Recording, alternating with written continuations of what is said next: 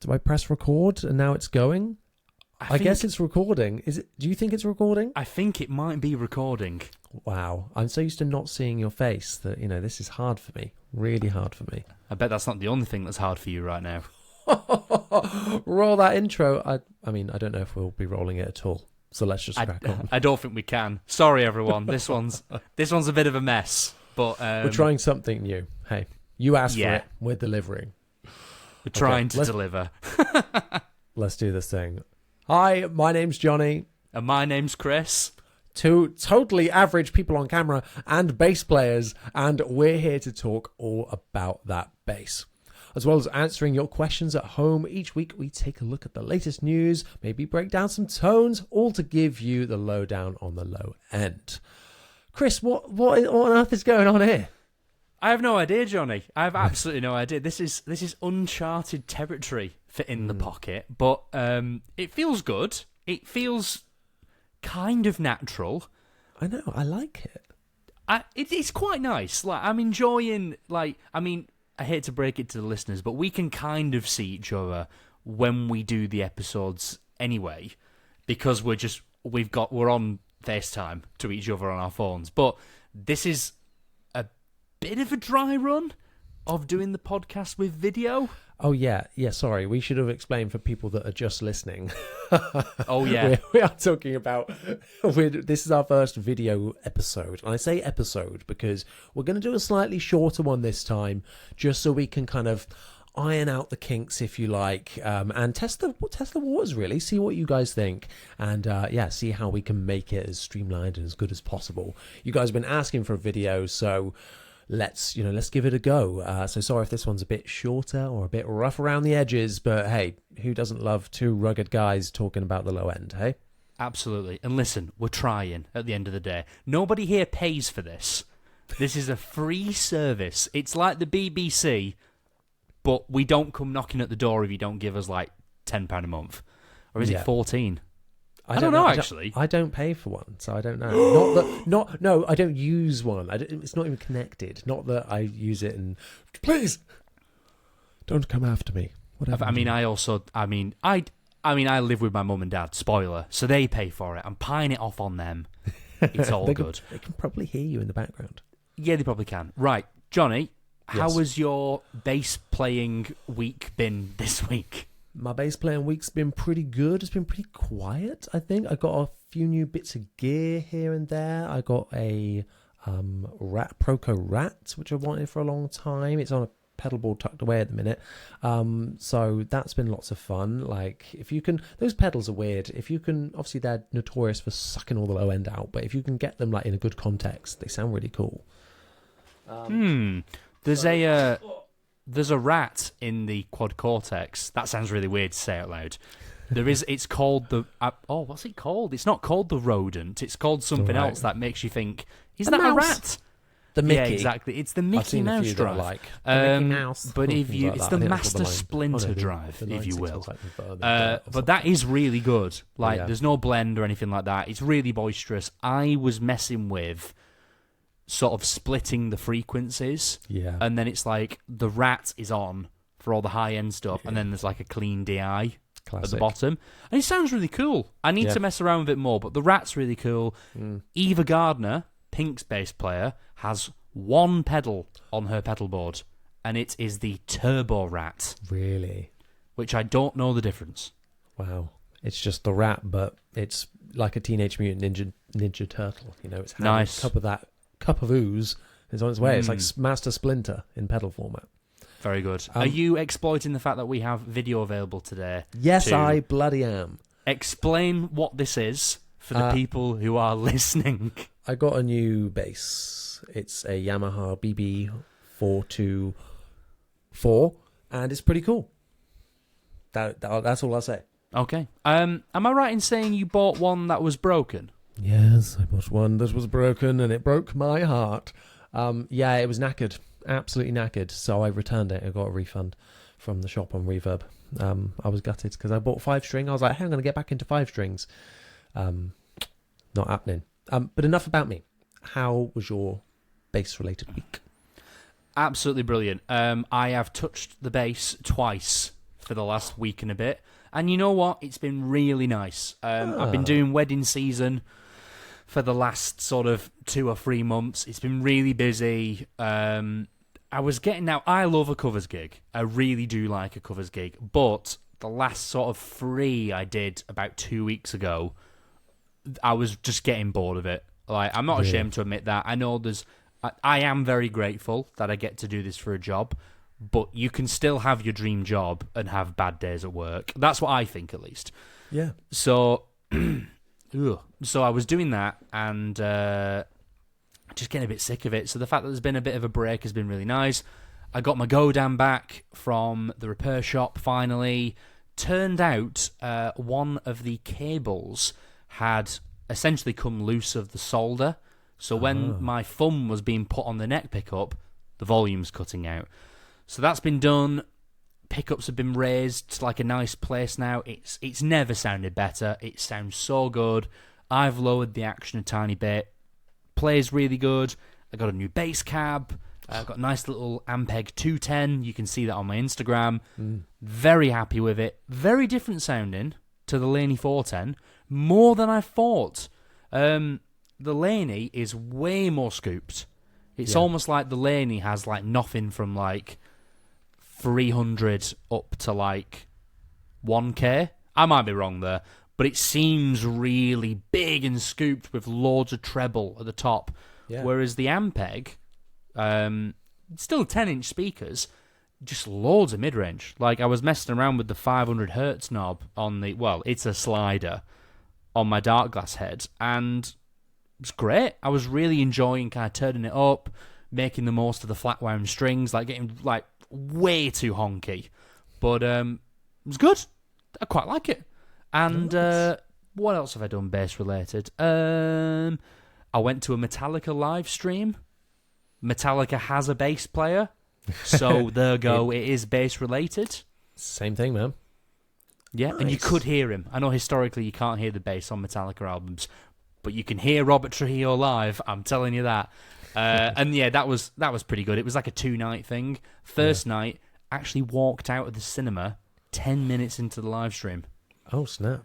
Yeah, because it was just really bad. Like, the audio quality was really bad. Oh. It kept cutting in and out. It was like a live stream. It was streamed into View, the cinema chain. So I went to the one near me to watch it, and it was just terrible. Got a refund. It was that bad. Wow. And but came back on Monday to watch the second night. Amazing. Really? So good. Like, really, really good. 2 different sets then? Yeah, 2 completely different set lists. It was the same venue, so it was like a venue in Texas, like this huge 100,000-seater stadium. Huge. And it's going to be huge. But then each night was 2 completely separate set lists. It was basically the download set over 2 nights. Yeah. So, which was nice because the night that I got refunded for was the same set list as when I saw Metallica at download. So I didn't miss out that much.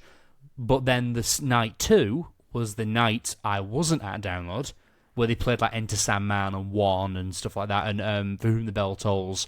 So it was like a different vibe. They even played 2 songs off Saint Anger, which was sick. Nice. Well, your little boy Chris was very, very happy, as well as absolutely. I had a great time. Amazing. But yes, that was my week to conclude. Well, that sounds flippin' smashing. Shall we move on to the news? I think we should. Play the jingle. Oh no, we've got to sing it now. I can't remember how any of them go now. Which jingle goes next? I can't remember. I used to move them around every episode. Used to move them all around. So I don't know. Really? Oh, I kept the same ones every time. Bum bum bum bum bum bum bum bum bum bum bum bum bum bum. There we go. That'll do. Okay. Play the news. First up on In the Pocket News. Right, it's been quite a busy week, and some things have just squeezed in to this week's episode. I'm going to start things off with Spectre. Spectre, literally like a few hours before we're recording this, or at least that's when I saw it, have announced some new high-performance series basses in the NS Dimension and the NS Ethos range. So for those that don't know, Spectre's kind of range, the Ethos is more their standard, like, normal looking basses in 4s and 5s with normal pickups in a straight line and normal straight frets. The Dimension series, on the other hand, is their fan fretted kind of Dingwall answer bass, I'd say, with 2 soap bars kind of at an angle to match the fan fretted nature and that single piece bridges that you get on them as well. I don't really know much about these because they've literally just been announced, but they're looking pretty sweet. I gotta say, there's a really cool, like, a gloss purple that they've got on there. The other colours aren't blowing me away. I really like the gunmetal gloss that they've got on there. I really like silver basses at the minute. They've got quite the vibe. But yeah, each are EMG loaded. The preamps on these look pretty simple. And they've got, I can see it now, the EMG DC pickups and a dark glass tone capsule in the multi-scale one. So that's pretty cool. I'm just going to check if the other one also has. Yes, they both have the dark glass tone capsule. So yeah, they're really going for that kind of aggressive metal sound with these for sure. Yeah, pretty cool. I believe they are on the more expensive side. So I can't see myself picking one up anytime soon because, shocker, I've not yet tried a Spectre. Have you? I've never touched a Spectre bass in my entire life, I believe. No, don't think I have, actually. How much are these? That is a fantastic question, Chris. Let me find out for you. Okay. Maybe, one day. I don't know how we do this, but I wonder if you can, like, screen share. I think I can, you know. This. Yeah. Oh, cool, okay. I think I can. That might be cool, because in the future, we can, like, pop up what we're talking about. Yeah, that would be amazing. And make it even more confusing for the people who aren't watching the podcast. Right, I'm gonna bloody give it. I got to close Google to do it for the preferences. Oh, okay. Maybe next time we'll do that. But do you know how much these are? Let me find that out for you right now. Okay. I will now speak while we do this. Yes, please. Okay. I have never tried a Spectre. I'm curious to know how much these cost because obviously the multi-scale version with the dark glass preamp is quite clearly going after Dingwall, or at least tapping into some part of that market. But my understanding is the retail price of a Dingwall is going up anyway. I don't know how much by, but I know it's going up. Like, they used to go for a 5-string NG3 was about £1,700-1,800, I think. Wow. I think that's going up now. I mean, I got my 5-string NG2 for about, I think I paid about £1,100 for it, but that's because it was second-hand, obviously, it's different. But I believe the prices are going up. Not confirmed, it's just I heard it somewhere, and I can't even remember where. So I would be very curious to see where Spectre is aiming to land these. Yeah. Whether they're trying to be above the Dingwall and argue it's a better instrument and get it that way. Maybe it's a US-made instrument, that etc., etc. Or are they trying to undercut the Dingwall market and basically, like, you know, kick the legs in from underneath them? Yeah. I mean, that would be the smart decision, I think. If they're going after that market, really, do you really want to go in with less brand recognition in that market and not do that? I don't know. That seems silly. I would have thought they're in like the 1,500 to 1,800 mark. I'm just guessing there based on specs and things like that. I cannot find a price. It doesn't seem like it has been announced anywhere yet. I haven't watched any of the promo videos and things like that. But yeah, keep an eye out. They're not up for sale yet, I don't believe. So, hang on. Oh. News is coming in. I have found one on Sweetwater. Has come in at, what did I say? Between $1,500 and $1,800? $1,800. Ooh. This one. So I reckon my price was about right with that. Not far off at all. Interesting. In that case, that is Dingwall money. Maybe just under, depending on what it is. So, yeah, interesting. We will see where that turns out. I have it from a somewhat trusted authority, though, that they tried the older Spectre Dimension, which granted has a different preamp to this, and they said it was rubbish. Yeah, I've not been that impressed with them. It's got Fishman Fluent pickups in it, the bass ones. This person, who I will not name, my confidential source, basically told me it was like the bass was like smashing a limiter constantly. Oh, really? Everything was like when you picked harder, you ran out of headroom and it just started to peak and distort. Like you were kind of like, you know, when you like slap too hard and you just like punch the string. It was like that kind of sound, but with your fingers. So that's obviously not great. Yeah, but we'll see. That might not be the case. Yeah, I've always been quite enamoured by Spectres, and I've always wanted like a 5-string one with EMGs in it or something. Like I love the sound. I think that they're pretty cool. I don't think they look right in 4 strings. One of those basses that I think it needs to be a 5-string. So if I was going to have a 5-string, I would like to try one of those. And as that Yamaha died, maybe it's time to spend like 1,800 quid. Maybe. No. I'm going to move on because speaking of dark glass, in that bass, there is also dark glass in another bass that's been launched this week. I know. Do you remember the Dark Ray? I do remember the Dark Ray. Well, strap yourselves in because it's back, baby. Oh boy. So Music Man liked to do this thing called the BFR collection, so the Ball Family Reserve collection. So these are very, very unique pieces. There are often like offcuts of what people have designed, and then it's not gone into production, or it's like, okay, we've got this master built one here that we're just doing like very, very limited runs of, or it might be like artist models that didn't end up working and things like that. They do it every season. So now this is the summer range. They've only brought 3 out, one of which is a bass, and that bass is another version of the Dark Ray, this time in Shadow Carina, they're calling it.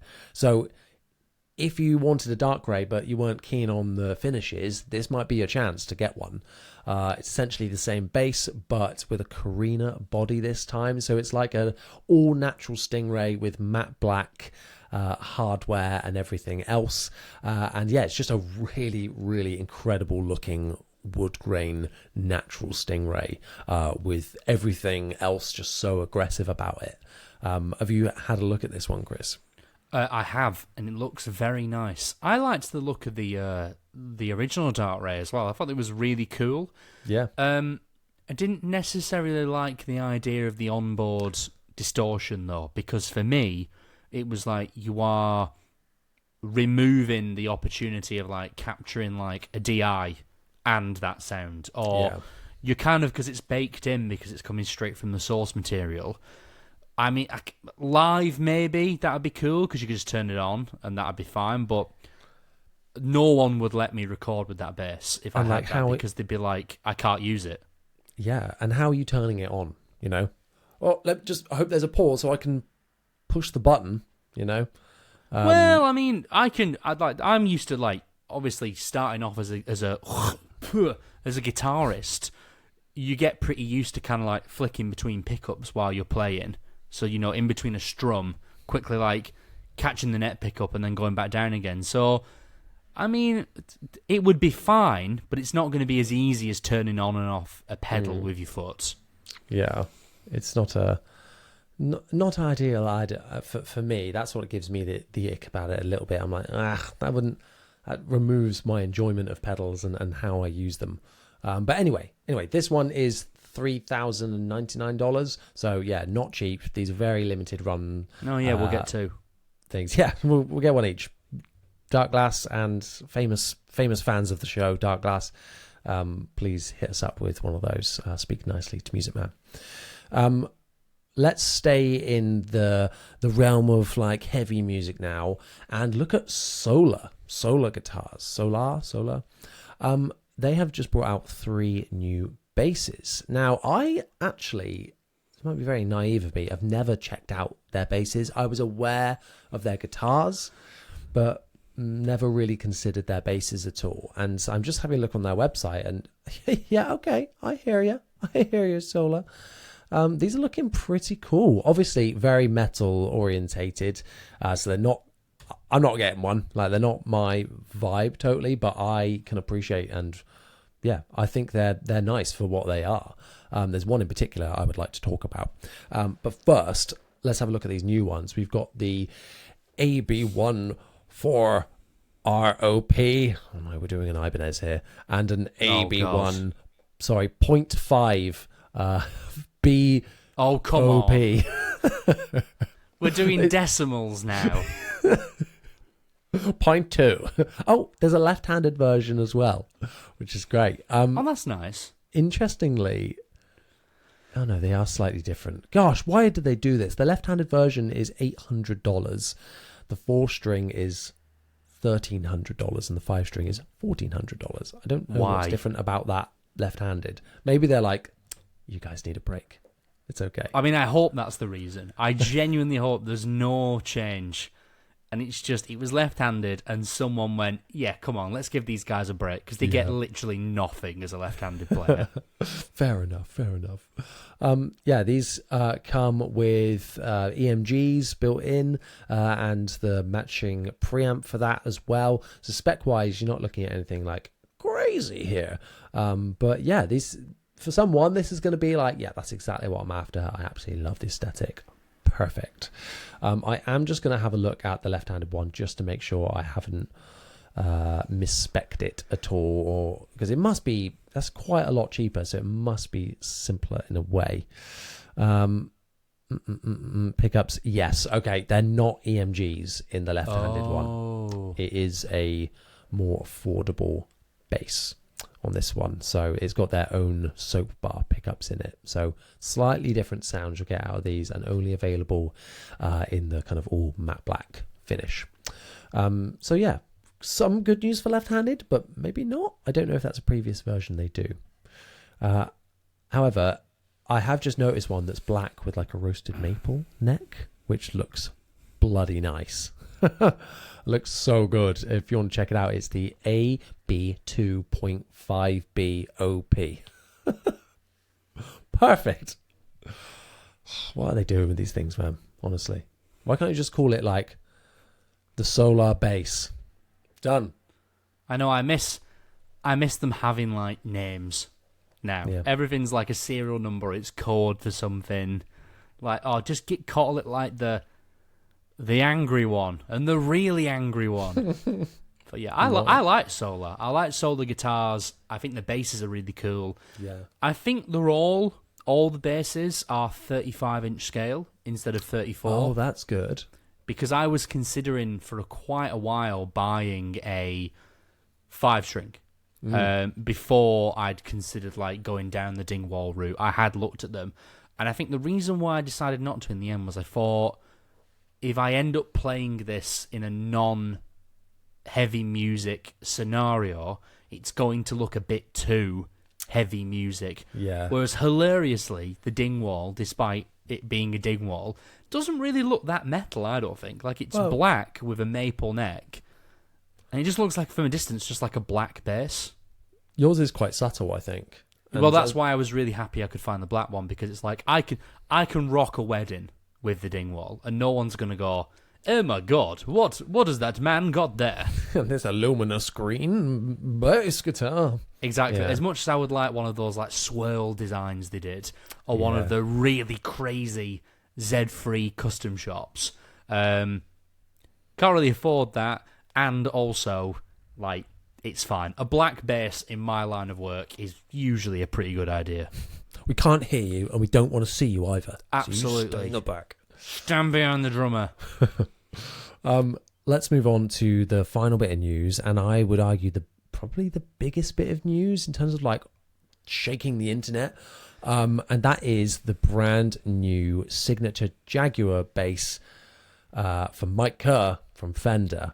It's been on the horizon for a long time. People have been asking for this for a while, and ever since his kind of custom models have been turning up on Royal Blood's sets playing live, people have been like, what is that? When can we have it? Here it is. Limited edition. I don't know how many they're limiting it to. I've seen lots popping up online though of people getting them. I assume it's made in Mexico. It's orange, it's gold, it's black, 30-inch scale, short scale with what looks like the big wide open humbucker in the middle position, and then a smaller single coil in the bridge. So it's kind of a mix between pickup wise, like the Squire Rascal and the Gretsch Electromatic Junior Jet, which is what he famously used in the kind of more early days. It's kind of a combination of all different basses he's had over the years in this vibrant blood orange finish. So very, very cool. What were your thoughts on this when it got announced, first of all? I actually thought it had already been out. So when I saw it, I thought we already had one of those. Like, genuinely, I thought he already had, like, a signature Jaguar bass. I actually thought he did. So I was a bit surprised, naturally. But it looks really cool. I really like it. Love the colour. I bet it sounds really cool. I am yet to try a short scale. I would like to try a short scale. But I feel like the short scale I would want to try and potentially buy would not be this. Not that there's anything wrong with this new signature model.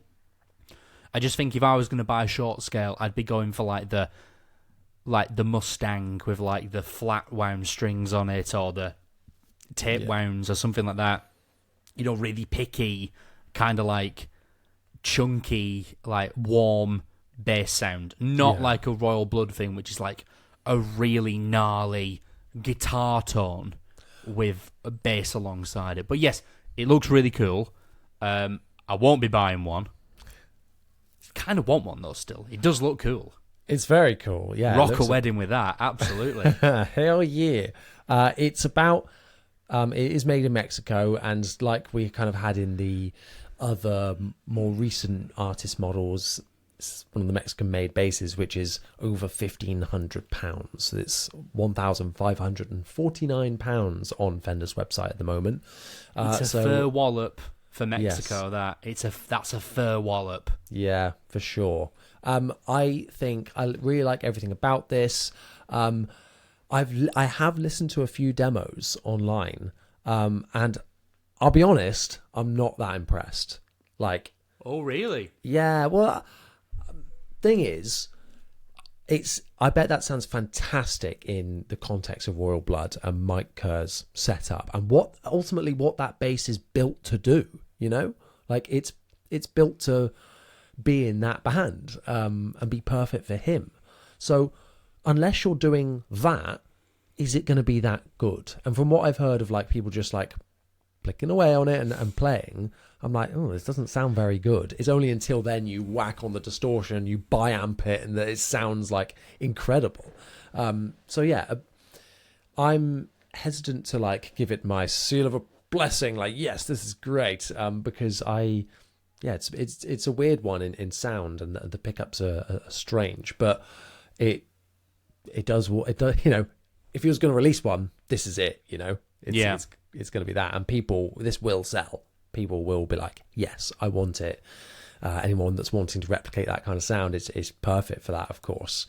The shorter scale gives you more like guitar-like qualities as well, for you to bend strings a bit more and perhaps be a bit more fluid in that regard. And I do want to talk about the case as well. I want to talk about the case as well for two reasons. Yeah. I'll give you my reason, and then I think I'll give the reason you're going to give. Okay. You go for it. I'm paying £1,500. Why is it in a gig bag? And they're not the only people to do that, because when I bought my PRS guitar ages ago for, I think, about £1,800, that just came in the same gig bag that the SE models came with, and I was a bit mad in the shop being like, "You're going to give me a case, right?" And they were like, "No, it comes with a gig bag." Like, what? So that's my reason why I think that's silly. Like, you deserve a proper Fender hard case. You know, like with the locks on it, and like, you deserve a good case for that money. But go on, tell me your reason. The other reason is the inside of it. Is well cool. Yeah. It's not just a gig bag, Chris. It's probably the coolest gig bag I've ever seen, because it is lined with tiger print, which is, well, I assume it's tiger print. The thing's got tigers all over it. It looks more like a cheetah, but yeah, pretty damn cool. If Hugh Hefner made a gig bag, it would look like that. That's the one, and the bass inside would be pink and probably a bit naked. Absolutely. How does a bass become naked? No pick guard? No pickup covers. Oh, gosh. Or literally knob out, as in no cover for the control. Oh, I see. So the knob's out. Yeah, the knob is out. Exactly that. Out. Exposed pickup covers. Absolutely no scratch plate. Yeah, I'd say that would qualify as it being naked, I would say. Nice. Well, I think we should try and get the most naked, attractive bass we can find. Absolutely. Go on Naked Attraction, and it's just a jazz bass with no... See, all the potential partners just disappear. Yeah. Even if it's just a normal bass. No. No, thank you. Exactly. Oh, but sir, this is a 1960-something Rickenbacker blah, blah, blah, previously owned by Geddy Lee. I'm not interested. Oh, they're kissing someone else. Okay. Yep. Whoops. Sir, this is Paul McCartney's Hofner. I don't care. Yeah. No, not for me. Thank you very much. Goodbye. Exactly. That pretty much wraps up the news overall. And as we're talking about that signature bass, I thought it would be only fitting to have this next big bass debate. Shall we roll the non-existent interlude now and swiftly and smoothly move on? Yeah, I think we should. How does that last one go? Like,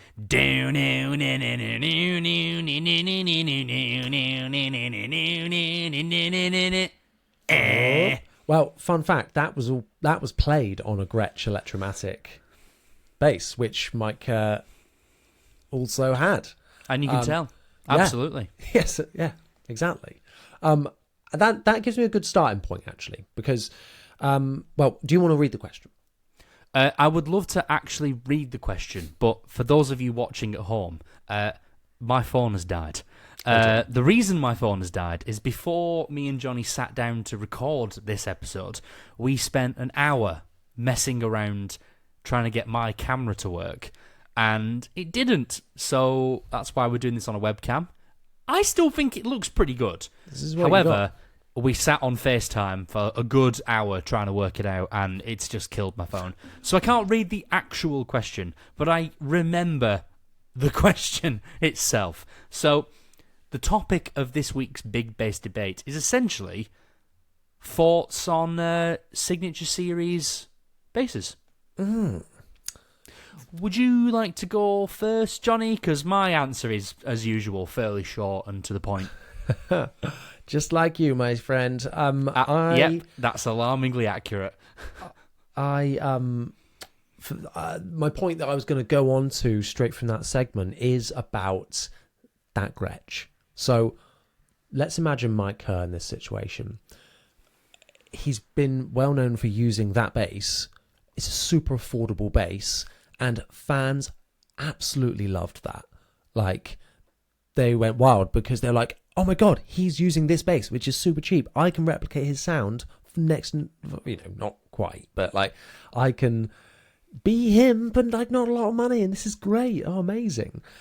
And then, I was imagining, what an absolute baller move that would be if he did a Gretsch short scale, affordable Gretsch. Like, that would sell so well. So then why release a 1,500 quid Sig? I don't know. Well, yeah, that's the thing. It's like, but at which level are you you're going to make more money from having a cheaper product and selling more, or selling not so many of an expensive product. There's a balance where the scales are tipped on that. Business 101. But he is now aligned with Fender and has been playing Fenders for a long time now. So I can see why he'd gone with that. But my point being is that that's one of the things that really grinds my gears about signature basses, is that they're often, I guess it's because they're so like custom spec, that they're just like so expensive. And I have never looked at someone's bass and gone like, yeah, I want that. I'll have that, what they've spec'd out. It just, there's something in my brain that goes, nope, they've spec'd that. Nope, I don't want it. Interesting. Two thoughts on this. In the bass department, I agree with you, 100%. I've never seen a signature bass, to my knowledge, that I've gone, oh, I like that. In fact, I think I liked the Troy Sanders Fender. I thought that was lovely, but a bit too expensive. The Frank Bello Charvel is pretty cool. However, the lack of tone knob is unforgivable.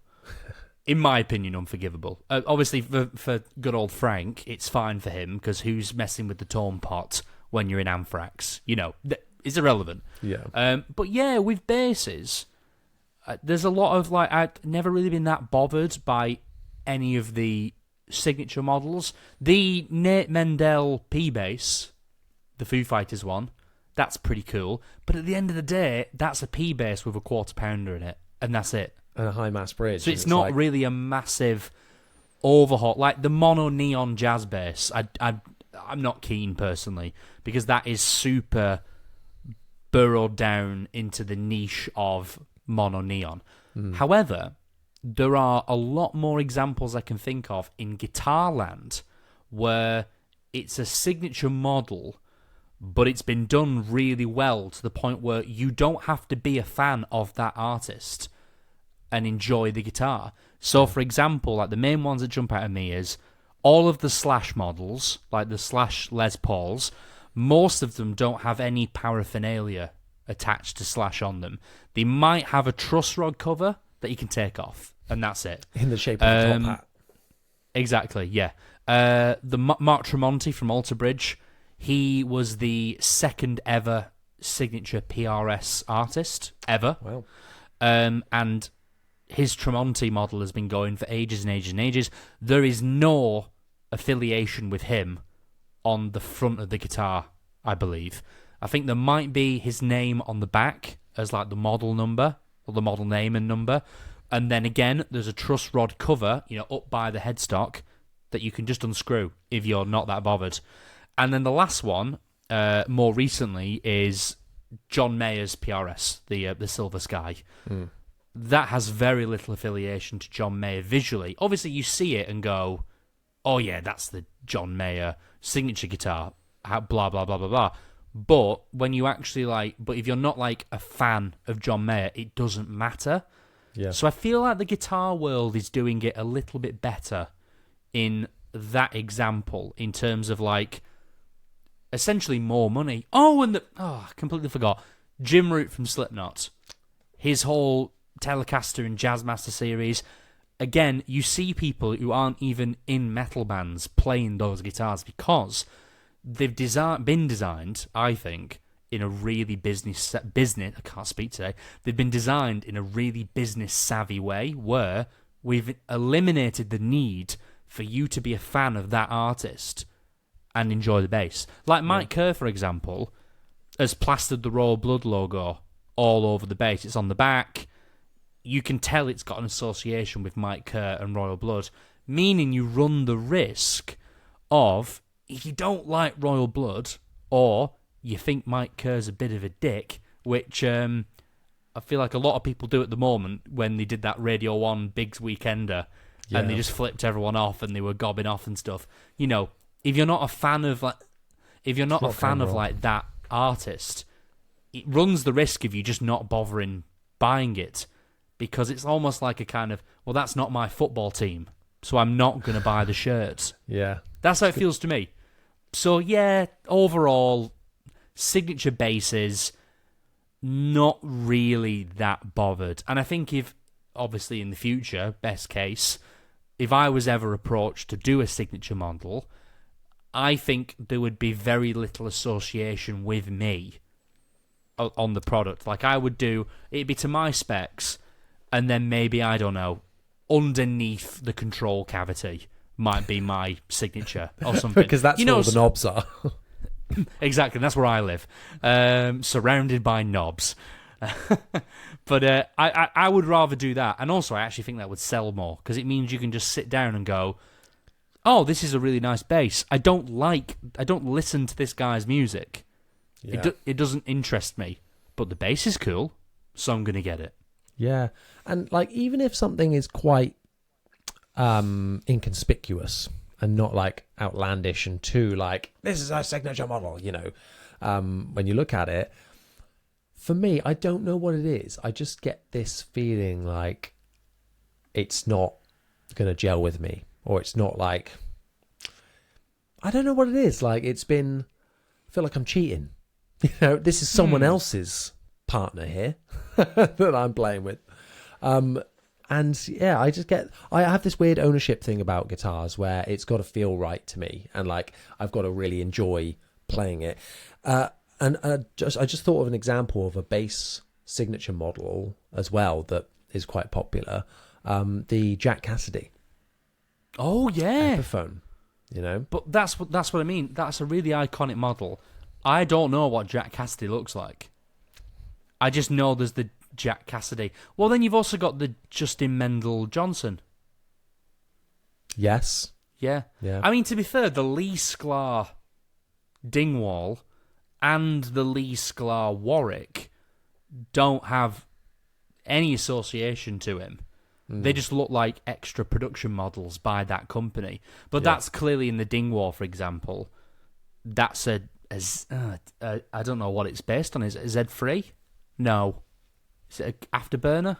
Afterburner, I think. Yeah, I think it's just an Afterburner that's kind of got like his pickups of choice, and it comes with the is it called? It's not called the B bender. The drop thing, you know, on the headstock. Yes. I forgot the name of it. Where you can take the low B down to A. Like a drop tuner. Yeah, it's a something drop tuner. I've completely forgot who makes it. Billy Sheehan's got one.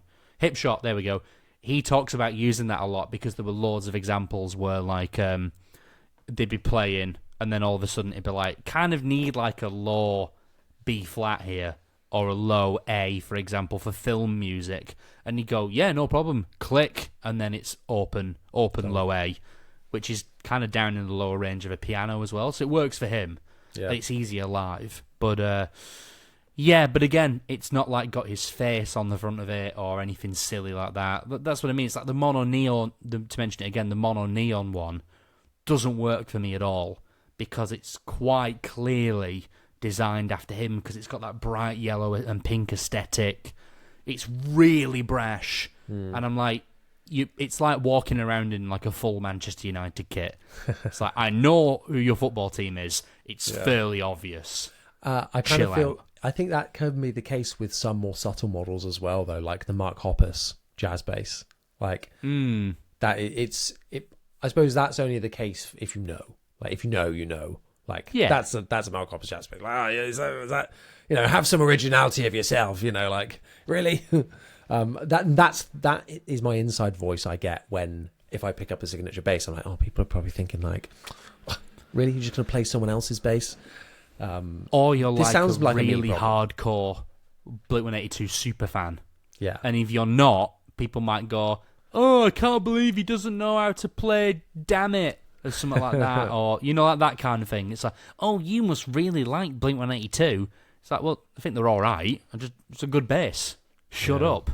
Yeah. It's almost like they're wearing a band T-shirt for a band you don't listen to, and then someone going, name 3 songs. Oh, actually... Yeah. Which, totally for the record, right. I actually want someone to do to me one day. I want to start wearing a band T-shirt for a band that I don't listen to or actively dislike, just for someone to go, I bet you don't know 3 albums by them, and go, nope, I got no idea, never listen to them, and then walk off. You should do it, but with like a Taylor Swift T-shirt. Like normally it's some indie band or a metal band, but no, do it like. Well, the problem is I listen to Taylor Swift, so I'm not going to be able to get around that, unfortunately. That's true. Did you know I'm going to see her? Are you? Yeah, man. We got Foo Fighters, and then Taylor Swift the week after. Nice. Whereabouts in Cardiff, I assume, or indeed in Cardiff. Yes. Lovely. I was considering it, but I've decided not to because I can't afford it. It's bloody expensive, let me tell you.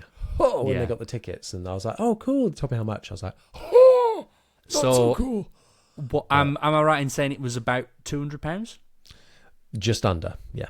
Oh, I mean, I've heard it's like a 3.5-hour show, and it's like one of the best productions ever done. So, and Paramore are supporting as well. So right, come on then, like that's different. It's like I really wished Metallica brought the European tour as a UK date. They didn't. They just did Download instead, because that would have been Mammoth, Van Halen, Architects, and then 2.5 hours of Metallica. So for me, that would have been like absolutely worth the money, 100%.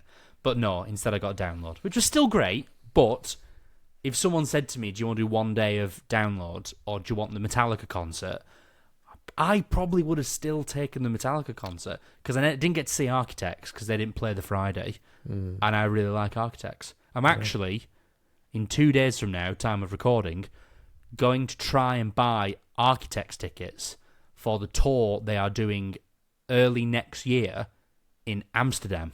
Shut up. I'm doing the same. No, you're not. Not for Amsterdam, though.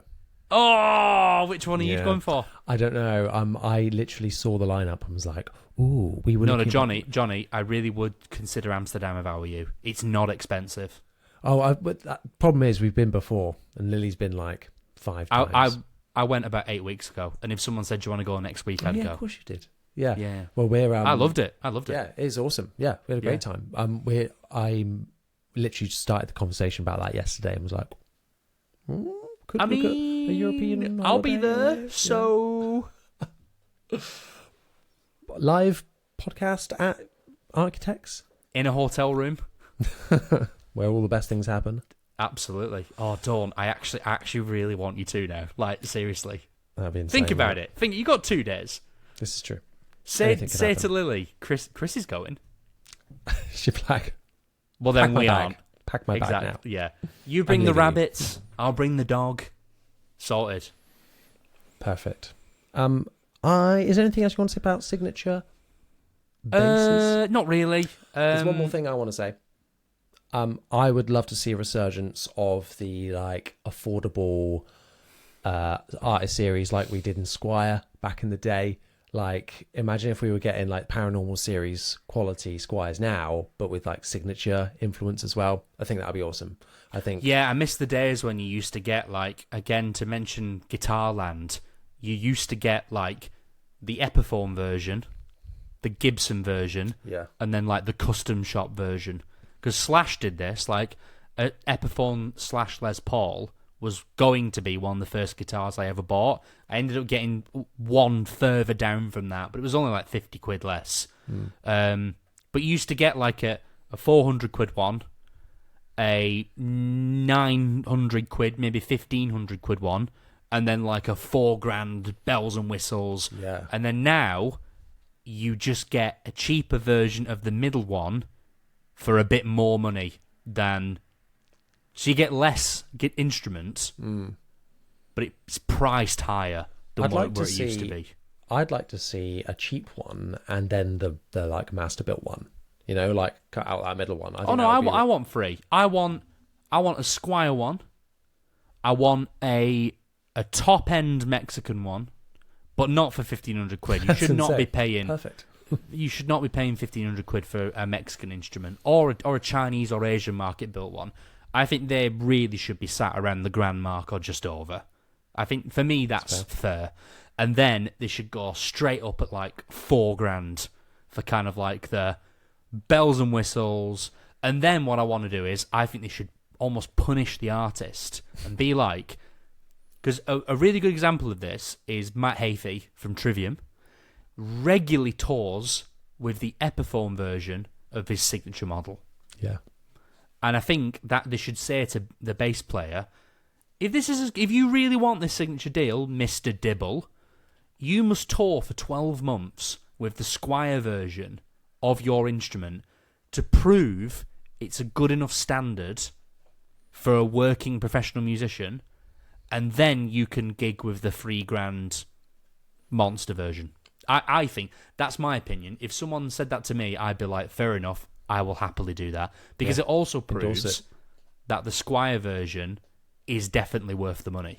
Because someone who's going out and playing, presumably quite big venues, can gig with it. That's always been a bit of a thing where someone's got their cheaper SIG, and then someone's gone, yeah, but they're playing the custom shop version live. Yeah, or they don't even play the signature version. They play like a custom shop guitar that was trickled down into. Yeah, or they're playing the original one, what this cheap one is based on. Yeah, I don't think they should do that. No, I think they should go balls deep. Endorse it. Absolutely, and I think you saying balls deep is a great way and great place to end this trial run of video in the pocket. I would like nothing more. Absolutely. That sounded super rude. I'm so sorry, Chris. I didn't mean it like that. That's all right, don't worry. Thank you so much, everyone, for sticking around and looking at our ugly mugs or listening to our hideous voices. If you're doing so on your podcast listening platform of choice, if it is that you are so doing, please leave us a 5-star review. It really helps us reach more people with algorithms, etc. If you're watching this one on YouTube, let us know in a comment down below what you thought about this and any questions you might have moving forward. We also take questions on our Instagram pages. You can follow me at Jonny Dibble and Chris at That Guy on Bass. Chris, what have you got going on at the minute? And tell people where else they can find you. Many things are happening in the DARLAH camp at the moment. For those of you who don't know, I'm in a band called DARLAH. I think it's really good, but it'd be a bit weird if I thought it was a bit shit, don't you think? So I'm in a band called DARLAH. At the point of this coming out, we already have 2 singles out. Maybe there might be another one in the near future. I could not possibly comment. And maybe that one has a guest feature on it. So, it's Jonny. We're playing a song. We're playing a song that is so easy. We got Jonny to do it. Perfect. Perfect. It'll probably get more views anyway. Yeah, so if you wouldn't mind, check us out. If you like it, drop us a follow. That'd be very nice. If you don't like it, it's fine. Just don't tell me because I don't want to know. And you can find me on everywhere else under That Guy on Bass. Back over to you, Jonathan Dibble. Wonderful, wonderful, wonderful. Well, all I have left to say is, everyone, thank you so much for watching, listening. We'll see you next time. Ta-ta!